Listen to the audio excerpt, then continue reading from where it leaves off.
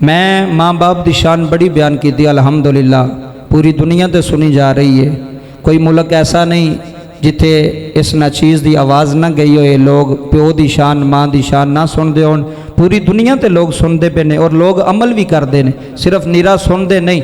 मैनू फोन करके आते हैं कि सुल्तानी साहब थोड़ा बयान सुनिया तो मैं बाप नाल नाराज़ सा, मैं माफ़ी मंगी है, मैं माँ नाल नाराज़ सा, मैं माफ़ी मंगी है। भरा फोन करके मैनू आते हैं कि मैं वड्डे वीर नाल नाराज़ सा, थोड़ा बयान सुनिया तो मैं सुलह कर लईए। तो हज़रात यही है, किसी का बयान सुनो, किसी की गल सुनो, वो थोड़े दिल ते असर कर जाए, वह फ़ायदा होवे। और एक पैगाम अज मैं इस प्लेटफार्म तो पूरी दुनिया के वालदैन नूं देना चाहना। पूरी दुनिया के वालदैन वास्ते गल है, ये बच्चों वास्ते नहीं, ये वालदैन वास्ते खसूसी पैगाम है सुल्तानी का। वालदैन जिहड़े ने इस पैगाम नूं लाजमी सुनन, उन्हां दा फ़ायदा होवेगा, औलाद का भी फ़ायदा होवेगा। जिथे नबी करीम सल्लल्लाहु अलैहि वसल्लम ने वालदैन की अजमत बयान की है ना, उत्थे शरीयत ने पुत्रां दे हकूक भी रखे ने, औलाद के हकूक भी रखे ने। कई बारी मैनू फोन आता है, वो मैनू मुंडे कहते हैं जी कारी साहब जे अगर वालदैन बच्चों नाल ज़्यादती करन, अगर माँ ज़्यादती करे, अगर प्यो ज़्यादती करे तो फिर असी किस पासे जाइए। असी तुहाड़ी तकरीर सुनने आ, फिर भी असी कई बारी ऐसा होंदा है कि वालदैन की तरफों ज़्यादती होंदी है। सुनते पे हो ना, जुमले सुने, वालदैन की तरफों ज़्यादती होंदी है। कोई काम ऐसा होंदा है कि माँ कहती है पुत्र जे तू ऐ ना कीता मैं तैनूं दुध नहीं बख्शना, अगर तू मेरी गल ये ना मनी तू मेरा ना फरमान होवेगा। बाप कहता है अगर तू ये मेरी गल ना मनी। अगले दिन मैनू फोन करके एक लड़का कह रहा सी, कहता जी मेरा प्यो कहता अपना सारा हिस्सा जिहड़ा ना अपने भरावां नूं दे छड़, अगर तू अपना हिस्सा अपने छोटियां भरावां नूं ना दिता तो मैं तेरे तो नाराज़ हाँ, सारी जिंदगी मेरा तेरा मरण जुन मुक गया।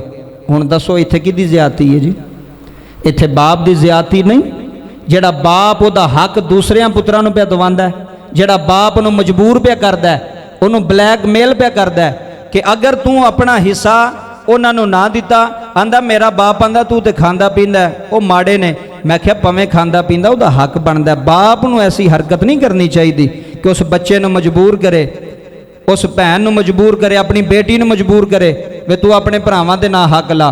कई बारी ऐसियां गल्लां हुंदियां ने कि पुत्र सही होंदे ने ते माँ प्यो उन्हां नाल ज़्यादती करदे हुंदे ने, वालदैन उन्हां नाल ज़्यादती करदे ने। कईयां गल्लां तो मजबूर करना, ब्लैकमेल करना। जे अगर किसी को पैसे दिते ने तो माँ ने आख्या चल हुण ना पैसे लई अपनी भैन को, उन्हें आख्या मैं उधार दिते ने, उन्हें आख्या जे तू पैसे ले तो मैं नहीं तेनों बुलाना। हुण पुत्र सोची पै जांदा भी मैं उधार पैसे दिते सन भैन नूं, माँ भी आंदी अगर तू पैसे ले तो मेरे तू जाएगा, मैनू नहीं बुलाएगा। यह साडे मुआशरे दे अंदर ऐसा बहुत ज़्यादा हो रहा है। औलाद बड़ी दुखी जे, औलाद बड़ी मजबूर है। औलाद कहती है साडे हक विच बोलदा ही कोई नहीं। तो मैं ये पैगाम पूरी दुनिया नूं देना चाहना, वालदैन नूं कहना चाहना कि जिथे तुहाडे धीआं पुत्र खुश होंदे ने उन्हां नूं खुश रहन दिया करो, उन्हां नूं खुश रखिया करो। जिस गल विच पुत्र आखे अम्मा जी इंज कर लवो, तुसीं आखो ठीक है पुत्र, अगर तैनूं चंगा लगदा है तो माँ राजी है। अब्बा आखे पुत्र ठीक है, अगर ये काम ठीक है तो तू कर लै, असीं तेरे नाल आ। उल्टा उन्होंने झाड़ना, गालां देनियां, घरों कढ़ छड्डना, ज़्यादती करनी। इस वास्ते इस ज़्यादती वालदैन नूं पुत्रां नाल नहीं करनी चाहिए। औलाद दूर होंदी जे इस तों। औलाद सोचती है, पुत्र सोचते ने कि सारी जिंदगी असां माँ प्यो वास्ते कीता, माँ प्यो फिर भी राजी नहीं होंदे। छोटी जी गल हुई तो माँ नाराज़ हो गई, छोटी जी गल हुई बाप नाराज़ हो गया, उन्हें कहा मैं नाराज़ हाँ जी।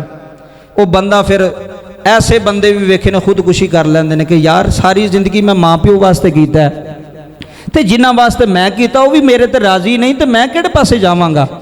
इस वास्ते वालदैन नूं ये पैगाम है कि इतदाल पसंदी नाल इंसाफ ना चलो, सारियां पुत्रां विच इंसाफ करो, जिदा जिदा जो बनदा उन्होंने दिओ। जिहड़ा जिन्ना कमांदा है उहदा हक उन्ना ज़्यादा है, उहदे पैसे उन्ने ज़्यादा ने। ऐ नहीं कि जिहड़ा ज़्यादा कमांदा उहदे लैके दूसरे माड़े नूं दे छड्डे। ये इंसाफी ना इंसाफी है, ऐ बेइंसाफी है। इस वास्ते वालदैन नूं पुछ होनी है। जे औलाद नूं पुछ होवेगी ना क़यामत वाले दिन उस अब्बे नूं भी पुछ होनी है, उस माँ नूं भी पुछ होनी है कि क्या तू अपनी औलाद नूं ब्लैकमेल तो नहीं कीता, अपने पुत्रां नूं अपनियां धीआं नूं ब्लैकमेल तो नहीं कीता। जिथे खुश रहंदे ने रहन दिओ, उन्हां नूं क्यों मजबूर पे करदे हो? अपनी औलाद नूं इन्ना क मजबूर कर छड्डना, इन्ना क मजबूर कर छड्डना, नहीं तू यही काम करना है, नहीं तू यही काम करना है। वो बंदा मजबूर हो जाता, मैं किधर जावां, उधर जावां, उधर जावां।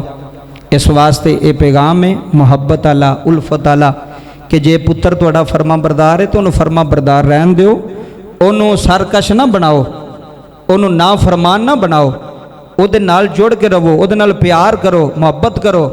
बड़े हकूक ने वालदैन दे भी, औलाद दे भी बड़े हकूक ने कि औलाद नाल माँ प्यो ने किवें चलना है, किवें मुहब्बत नाल चलना है। इस वास्ते अज दा मेरा मौजू जिहड़ा है वो वालदैन वास्ते ज़रूरी बातां सन जिहड़ियां मैं अर्ज कीतियां। अल्लाह सब नूं अमल दी तौफीक अता फरमाए।